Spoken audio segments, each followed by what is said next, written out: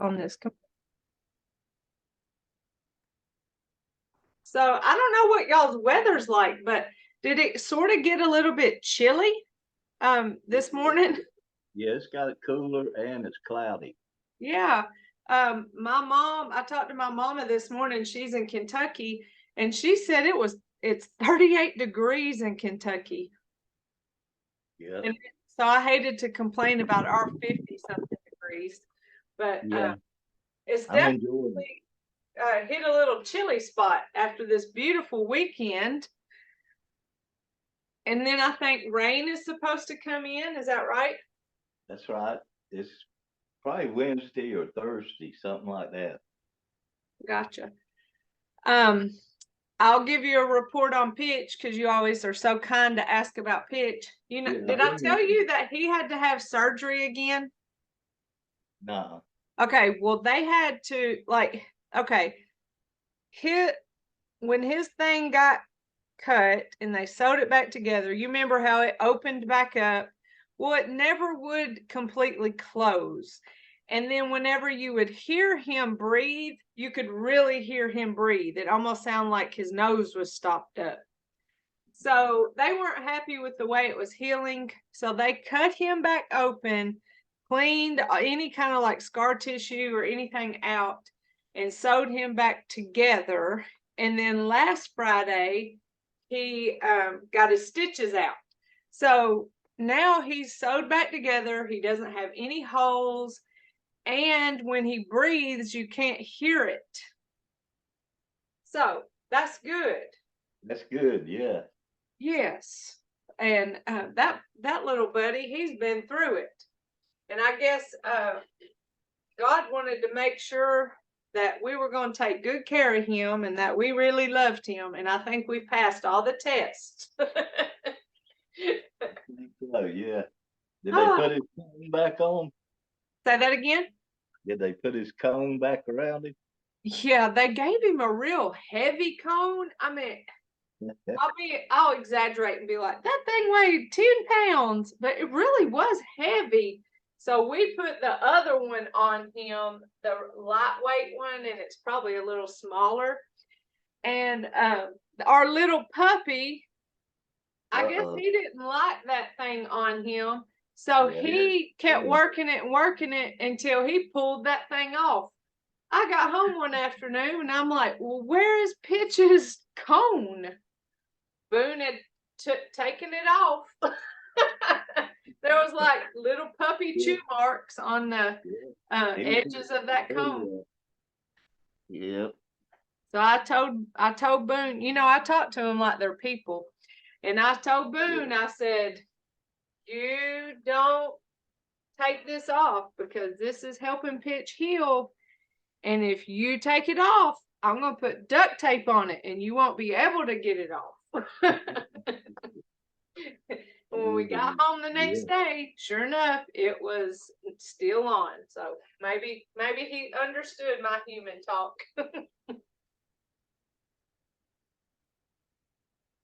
All right. Yeah. You know, dogs are special like that, aren't they? Oh yeah. All right. Is my camera in a good spot? When I start messing with things, the angles get just a little bit off. All right, I think we're probably good. All right, let's think. Good posture, nice stable stance. Oh, breathing. No tension in the shoulders, nice and relaxed. Here we go. Let's start with our neck. Bring those hands up towards our chin and chest. Push away and follow those hands all the way down. I've really been working on gentle resistance. So even when I come up and towards and out, I'm kind of using that gentle resistance to engage muscle.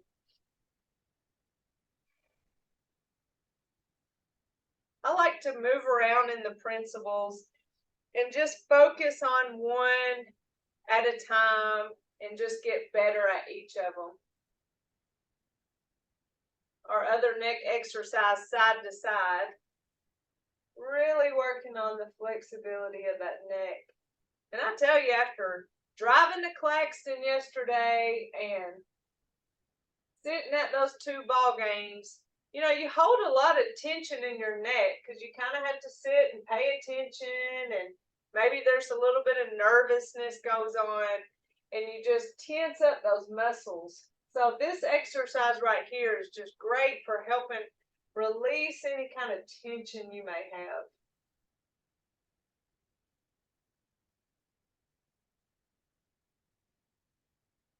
That's just where I tend to hold it. I'm sure a lot of people do hold their tension in their necks.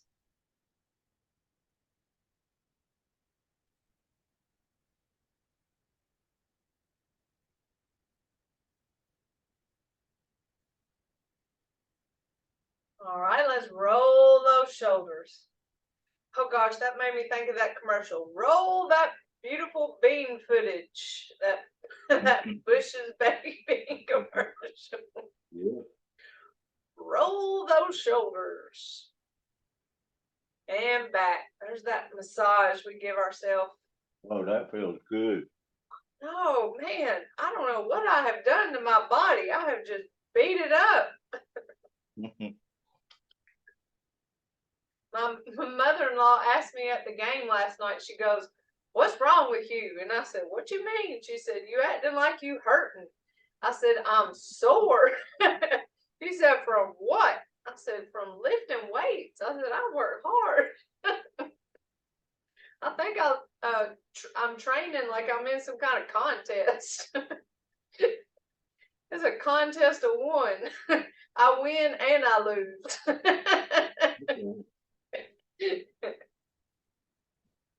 Nice shoulder circle. Really, this is a great one. I like to practice breathing. Inhale and exhale. It's like your hands kind of guide the pace of your breath. Really like doing it seated.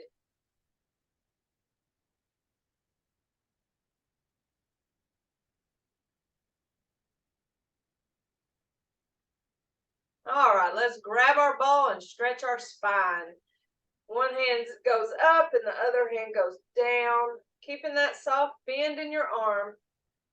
Coming back to our ball and switch.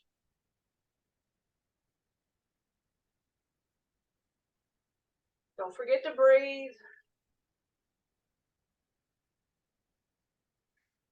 I like to inhale as I come to my ball and exhale as I separate. It just feels like I can get a better, like deeper stretch when I do it that way. But you can do whatever way makes you feel comfortable. Oh, sorry, my hand itches. Maybe that means money's coming my way. I think that's what I heard one time. I've heard that. Yeah, or something's probably fixing to cost me money. That'd probably be more like it.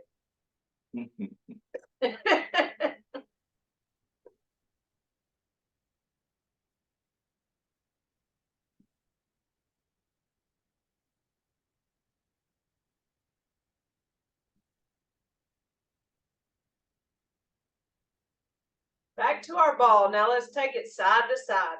Remember, this is that torso movement that gets us ready for waving hands and clouds.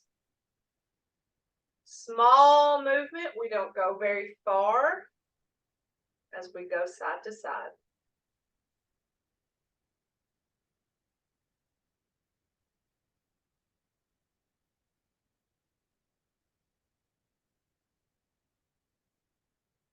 All right, to our lower body, we're going to shift our weight to one leg. Place that heel forward, hands back, pause, and toe back, hands forward. Come back to center, heel forward, hands back, pause, and toe back, hands forward. One last time. Really challenges that stabilizer leg, helps strengthen those muscles, improving our balance. It's the name of the game here.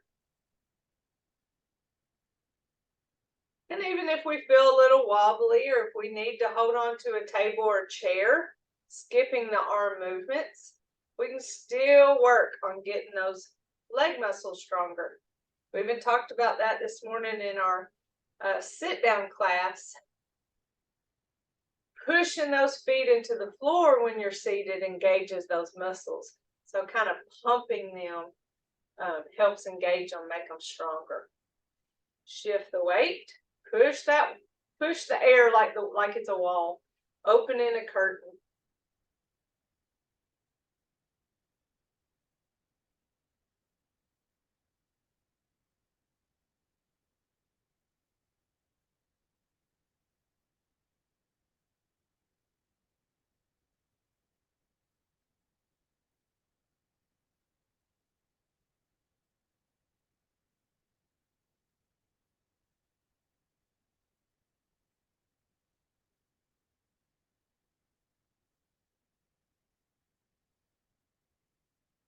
Our knees, we have our loose fist down by our hips. We shift, lift, tap and punch, bring it back, shift, lift, tap and punch.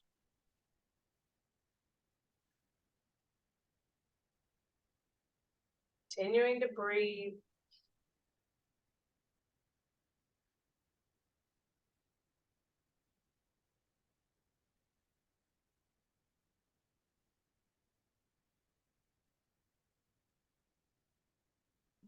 Now let's step forward, small step, keeping both feet flat on the floor as we shift a little weight to that front foot. Bring it back, feet side by side. I'm going to turn to the side. Shift, step, heel, toe, just to show you how little that step is. That knee stays out from going over top of that toe. It's kind of hard to tell whenever you're not looking down. You would feel it in your knee if you went too far, because it would hurt. But just know you're not giving all the weight to that front foot, just enough to give it a little pressure, but still maintaining some weight on that back foot. Also wanting to keep our bodies upright. So see my posture is good. Even though I'm shifting my weight forward, I'm not leaning forward. So just be conscious of that. The more we practice this, it increases our body awareness. So we start noticing it when we're out and about in the world, and we go, oh, I felt myself leaning into that movement. Let me check my posture and straighten it out a little bit. All right, so now we have our ankles. Shifting weight and then heel toe, rocking that ankle joint, rocking that foot, which moves that ankle joint. Bring it back, shift the weight, heel toe.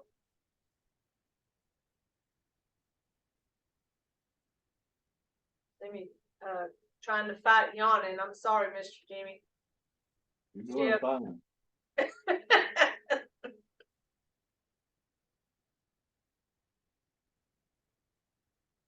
Have you heard about and now I'm going side to side. Have you heard about these places that you can go to, like a doctor's office and get IV fluids?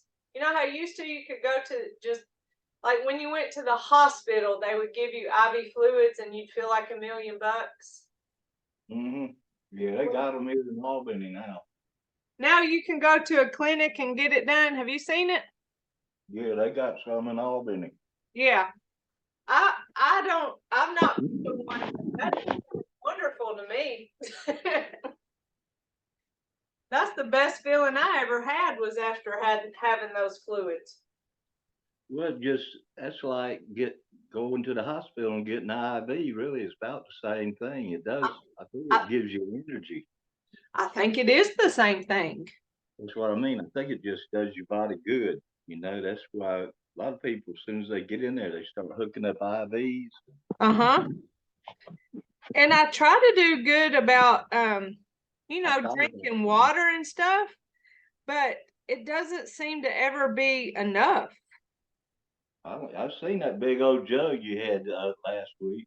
Yeah, it's right here. Yeah. I carry this and this. That ought to be enough. You would think, but that go. So anyway, I digress. So let's do our basic 6. I know you say you don't care whether I do mirror image or turned around, but if it's just you, then I mean, if you really don't have a preference, I'll just stay facing forward. Okay, that's fine. Okay. I don't know how you do that. I honestly don't. I think mirror image is so hard to follow. Well, I might do opposite, but I feel like I'm doing, you know. I got you. That makes sense. I might be doing opposite. I don't think it's a big deal because for the most part, now, if it was Dr. Lamb watching this, he probably would say it matters. But you just think most of the things that we do are done both ways. Other than commencement, we do, well, open and close happens in the middle, but we do single whip and waving hands and clouds both ways. So, you know, I don't know how much it really matters. But anyway, I have learned, thanks to y'all, thanks to virtual programming, that I can teach mirror image. But principles, slow, smooth, continuous. I've really been focusing on gentle resistance because it's something that I kind of had pushed to the side, like, oh, that's a principle, but it's not that big of a deal, not that important. I was more focused on the movement control of pace, the slowness, the smoothness of my movement. And because I was focused on the continuous word, making my movements smooth and going into each other, what I found I was doing was skipping an empty step. And so I mean to talk about all the things, but I think I forget sometimes to talk about the empty step. And the empty step is just a little second, just a little pause right after you place a foot out or to the side, wherever you're moving. It's this millisecond. So let's just say in commencement, we shift the weight to our right leg and we step left, we shift left and bring the right foot forward. All right, here's what I've been doing in the name of slow, smooth, continuous. Shift, step, shift. I made it one smooth movement. So just as soon as I stepped, I started shifting the weight. So I was skipping my empty step. And an empty step it's kind of a check your environment type step. I put my foot out there and it's like, okay, I'm checking to make sure there's not a hole there. I'm not stepping on anything. You know, it's just that second where you step out. Okay, everything's good. Now shift the weight and bring it forward. And so I was kind of going right into the weight shift and skipping that pause, then shift. It's just that short amount of time, but it's still important and it's still part of our Tai Chi. So you can think about that. Of course, always we're thinking about our posture. And then in that weight transfer, the empty step, then the weight transfer. So give that a try as you do commencement. Give it a try as you do waving hands and clouds, because we step, then shift, step, then shift. There's just that moment, step, shift, step, shift, not you think that's the same, but I just fully went on with the weight shift. I didn't step, then shift. Does that make sense? Mm-hmm. Okay. So, yeah. Go ahead. What were you going to say? I was going to say I've been stepping and kind of pausing, you know. Well, good. See, you're doing better than I am. Well, I think you do too, because I'm watching you, and that's what I do. So. Okay. Well, I'm probably kind of overthinking a lot of things ever since I went to my training for recertification.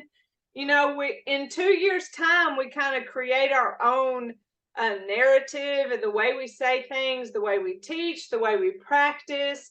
And I think we kind of lose certain things. I mean, that's just the nature. So that's probably the nature of learning and practice, and kind of knowing that we have a little bit of leeway with doing modification. And so that was something that really stood out to me as I was in certification, that I needed to take that time to empty step, then commit the weight to it. So I've been doing better about that and giving respect to gentle resistance as I move. All right, so let's go through our basic 6. We're starting in our nice stable stance, good posture, weight on both feet. We breathe in, relax shoulders, no tension. And here we go. Let's bring our hands up, down, shift right. Step left, heel toe. Bring those hands in and up. Now shift left. Bring that right foot forward. Hands come back, open and close. Shift left, step right, adjust the weight. Push, turn, separate, following that left hand. Shift left, bring that right foot, right hand down, waving hands in clouds. Step, switch, turn, shift, step, switch, turn, shift, step, switch, turn, shift, step, switch, turn, shift, step, switch, turn, shift, step, switch, turn. To the middle for open and close. Single whip. Shift right, step left. Push, turn, separate. Following that right hand. Shift right, bring that left foot and hand back, waving hands in clouds.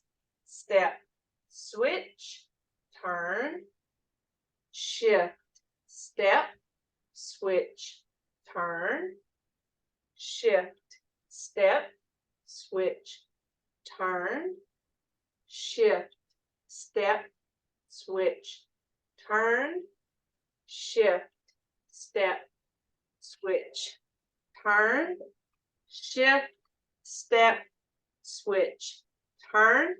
Come to the middle for open and close. And close it out. So you might not have thought about the empty step. You might have just been listening to the movement, going through the motions. But like I said, one of the best ways to practice is just to pick one thing and focus on that and go through it. And then pick a different thing, focus on that and go through the moves. And of course, this is after you learn your movements. You have to learn the movements first. And I think we're there. So to know the movements and then practice on the principles is just a great way to practice, and it keeps it from being boring, because you're always having something different to think about. So let's do it again. I'll talk you through it again, and then we're going to do it with just calling out the names. And here we go. Bring those hands up. Down, shift right. Step left. Hands come in and up. Shift left as those hands go out. Right foot forward. Hands come back, open and close. Single whip. Shift left. Step right. Adjust the weight. Push. Turn. Separate. Following that left hand. Shift. Bring that right foot and hand down. Waving hands in clouds. Step. Switch. Turn, shift, step, switch, turn, shift, step, switch, turn, shift, step, switch, turn, shift, step, switch, turn, shift, step, switch, turn to the middle for open and close. Single whip, shift, step, adjust weight, push, turn, separate, following that right hand. Shift right, bring that left foot back and hand down, waving hands in clouds. Step, switch, turn, shift, step, switch, turn, shift, step, switch, turn, shift, step, switch, turn, shift, step, switch, turn, shift, step, switch, turn to the middle for open and close, and close it out. Calling out the names like that probably gives you a better chance to take the time to do the empty step and then to shift the weight. I think not saying all the words will challenge us in a way where, because we're going a little bit faster, to really think about those empty steps. So this time I'm just going to call out the names of the movement. Here we go. And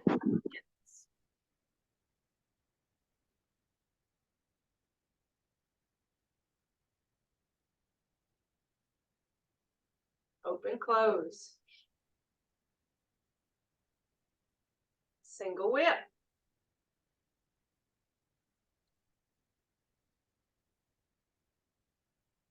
Waving hands in clouds.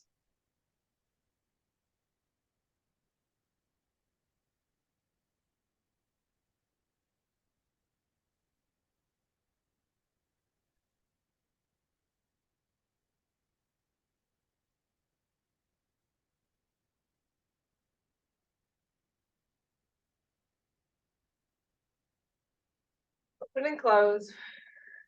Single whip.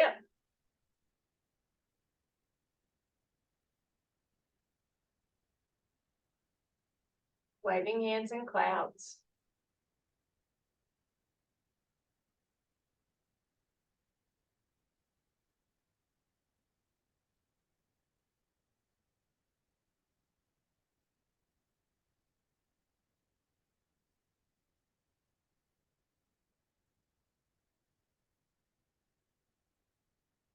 Open, close.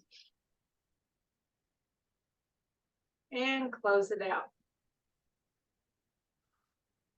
I know one thing that I really noticed the difference between talking and not was I could really make sure I was breathing and breathe, because talking is the same as breathing, but technically you're just exhaling a lot more than inhaling. No, it really helps when you remind us to breathe, though. Do what? I said it really helps when you remind me to breathe, because sometimes like you said, you just hold your breath. Every single time I remind you to breathe, it's Yeah. it's because I've caught myself not breathing. Yep.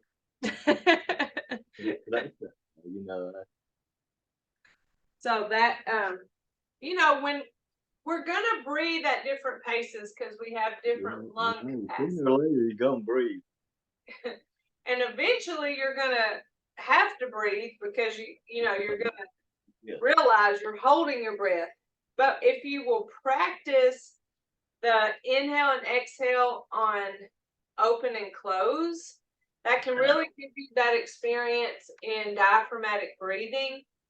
Or in the commencement move, there's almost a pace to the breath that matches the moves. I have not found a pace to breathing in waving hands in clouds or single whip. Now, somebody else may have, but I haven't found a regular pace of breath. But in commencement, if you inhale as you come up, you start to inhale as you come down, And you're probably still inhaling as you push out. Inhale as you come in. Hold on. Let me do it without talking, and then I'll tell you what I do. It's hard to talk and do. Huh? It's hard to talk and do, I'm sure. Yes. All right, here we go. Let me do it. Let me do it without talking. And commence.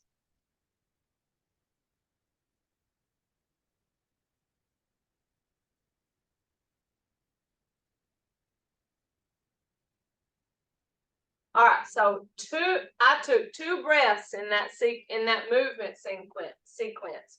I inhaled as I came up, and then I exhaled. Then I inhaled as I came up, and exhaled as I went out and came back in. And then and that got me to open and close, where I inhaled and exhaled. So there are 3 breaths right there in our 2 first movements. So again, you can practice the pace of your movement with the pace of your breath. So it doesn't have to match mine, especially when you're practicing on your own. But inhaling as you come up, exhaling down and in, and then inhaling up, and then exhaling as you go out and in. So that's kind of interesting, and I haven't ever really thought about it until just now. But whenever I just said the words up, out, and in terms of one breath, I repeat that twice, except I think it's, hold on, up, down, in. Okay, so that's one breath. And that said up, down, in. Then the next breath is up, out, in. So the inhale has one move, which is up both times, and the exhale had 2 moves. So the first time it was down and in. That was your exhale. And I've always said that your exhale in a diaphragmatic breath takes twice as long as it does to inhale, because you're doing it through pursed lips. Your attempt is to slow down that air. So it takes twice as long to exhale that air. So that's cool that it's 1 move to inhale and then 2 moves to exhale. That seems like twice as long if it's 2 moves versus 1. And then the next one is inhale, up, that's 1 move. Exhale, 2 moves, out and in. So then you're ready to inhale out and exhale in. Cool. I hadn't really thought about it being 1 and 2. Not made that connection. I try not to push too much on the pace of breathing, because everyone is so different. And for somebody who has problems with their lungs, maybe short of breath, and they can't breathe the same way I do.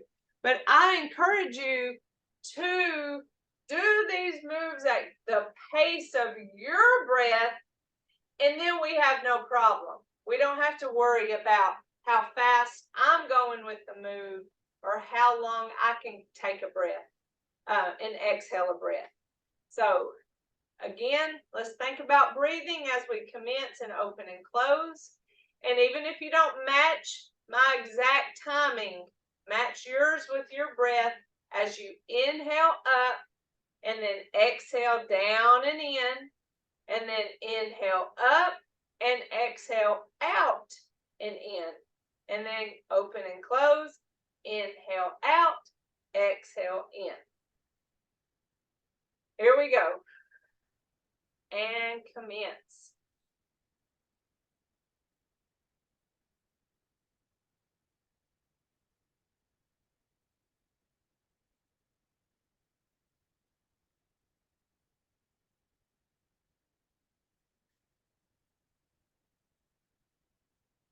Do it again. Let's do it about 2 more times and then let's talk about it. Here we go. And commence.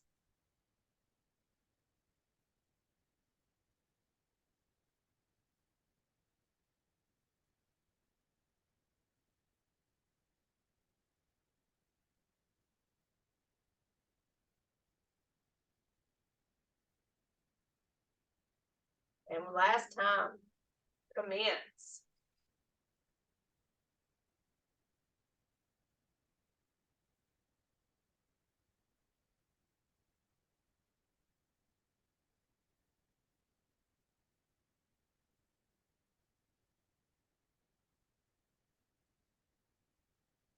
Did you notice anything? Yeah, I was doing better, I think. Yeah. Well, something I noticed was that as I was coming in that first time, I knew I had quite a bit more breath in me than the amount of space I had to move. So, and that is not a problem at all, but I made the adjustment, and that's what you would do too. So your adjustment would be inhale, okay, exhale, and oh gosh, I got a lot more exhale in me. I come in and I just kind of pause while I finish that exhale, then inhale. When I'm ready to inhale, then bring my hands up. So let the breath and the movement match. Don't get hung up on, oh gosh, I'm here. It's time to go up. I got to go up. Give yourself that time. Inhale up, exhale. Oh gosh, you got a little more time. That's fine. Sit here and finish. And now inhale again. And then exhale. Finish up that exhale and get ready to inhale again and exhale again. So does that make sense? Yes, I know exactly what you're talking about. I just kept on going with the movements, even though I was still exhaling. Then when I caught up with breathing in, so I think if you will match the yeah, breath and the movement, here you finish an exhale and then come up, I think you'll find yourself being more connected to the Tai Chi. And that's whenever you can really start enjoying that. I mean, they call it Jing. I don't know. There's probably more to it than that. But where but you're get kind of used to in it. that moment. You are what you're doing. You're not thinking about anything else. I mean, this move has everything to do with that inhale. This one has everything to do with the exhale. It's like the hands are pushing that breath out. The hands are bringing that air in and pushing it out. Connecting the movement to your breath just really starts making you feel super connected, and it just does something to your insides. It makes you feel more relaxed Poop, and what? poop. That's what that's How you what call Opie said. Pooped. That's when Andy asked Opie, said, "Why are you feeling like that?" He says, "Cause I'm pooped." Because I'm pooped. Oh, I got you. Hey, it will poop you out, even though if you have that slow movement, you better believe it, you'll feel pooped. But it's just that slow, gentle movement, the slow of the tempo. That's, I guess, what I'm trying to say is it feels kind of like meditation in movement. That's right. Yeah, a Uh, lot of it's gotten a lot easier since when I first started. Believe Oh me. yeah. Well, we try to teach it, or I try to teach it at different angles. Like we try to start real simple, and we simply say our hands face each other as we bring our hands up. You know, we bring our hands down. We bring our hands in. You know, it's just very simple when it comes to the movement itself. And then we dive into a little bit deeper understanding of the movement. That's how we get the most out of it. Yes, we can. Go ahead. I'm sorry. Sometimes I've caught myself when we do single whip, you'll be following your right hand, and then I'll look over there and my left hand's out over there too. I do both of them, but I follow one. Yeah. Well, but I try not to. I realize I do that, but it's all in learning. That's right. That's right. And in that body awareness, that helps us correct ourselves whenever we're out doing normal everyday stuff, not just in Tai Chi class doing Tai Chi stuff. That single whip, continuing to move both hands, not just the one we're looking at, you can really feel that stretch in that chest, the opening of that chest. You can feel it in your back. That's right. But you can't feel it if you only move one arm. It only comes to you if you open both out. It just changes things. Yeah, and once you realize what it's supposed to feel like, then when you do it wrong, you're like, something's wrong here. What have I not done? Oh, I forgot about that hand I wasn't looking at. Because it is true, out of sight, out of mind. It is easy to forget about that hand while you're watching that one. That movement is so much like our neck warm-up stretch, where we feel that stretch in our neck. You should feel that stretch in your neck too. It's a really good movement to just open up and stretch. You feel it in your neck, your chest, your back, your shoulders, if you're doing all the pieces and parts to it. With our weight shifting, we shift our weight, we step out, and that gives us that nice staggered stance. We have that soft bend in our knee, and that is just a good, stable stance where we are less likely to fall. When we stagger our stance that way, here, step, adjust the weight. Now push, turn, separate. We're in that stagger stance. We're opened up. Now we're ready to gather and start the waving hands in clouds. I always think of this hand, the one that the one I'm looking at, it's like my eyes are telling it to, don't you move. I'll get back with you in a second. You just stay right there. Bringing this one down. It's like a magic trick. The one that stepped out, hands come here. And then we're ready to wave hands in clouds. So we talk about that staggered stance being a nice stable stance, and that's why we go there with our single whip, whether we do it to the right, and then again we do it to the left. Nice stable stance. As we walk sideways, this is a real challenge to strengthen our leg muscles, the ones that help us step sideways versus step forward. In our basic movements, we're going to the side as we wave hands in clouds.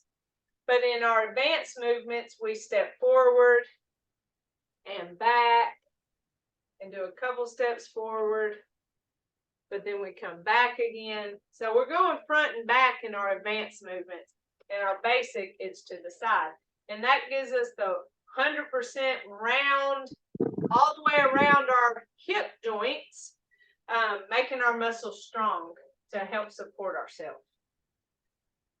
So we have our cheat sheet for waving hands in clouds. I feel like we're in just a really good place with our basic 6. Goodness, it's 2:23. So let's go over our brush knee, and then we'll just talk about step, shift, follow step. So brush knee, the first one that we do is to the left, okay? So we're coming from open and close, so our hands are facing each other. We're going to shift left, turn that right toe in, lay hands. Shift right, bring that left foot back, separate. Step left, shift as we push that hand, keeping our bodies upright, and follow step right. So you see that follow step foot is further back than the other foot. So your tendency probably to step is to either step beside or even to step forward, because that's how we walk. But step, shift, having that control to follow step, and the foot's back. In our advanced movements, a follow step foot gets no weight because it's the next foot that moves. So it looks like it's all the way to the ground, and technically there's enough space for a piece of paper back there. We're grounded in the movement. If our heel was up, it would jut our bodies forward. So we're grounded in that movement, but there's no weight in that follow step foot. So we're going to step back with the follow step foot. And we didn't go far, did we?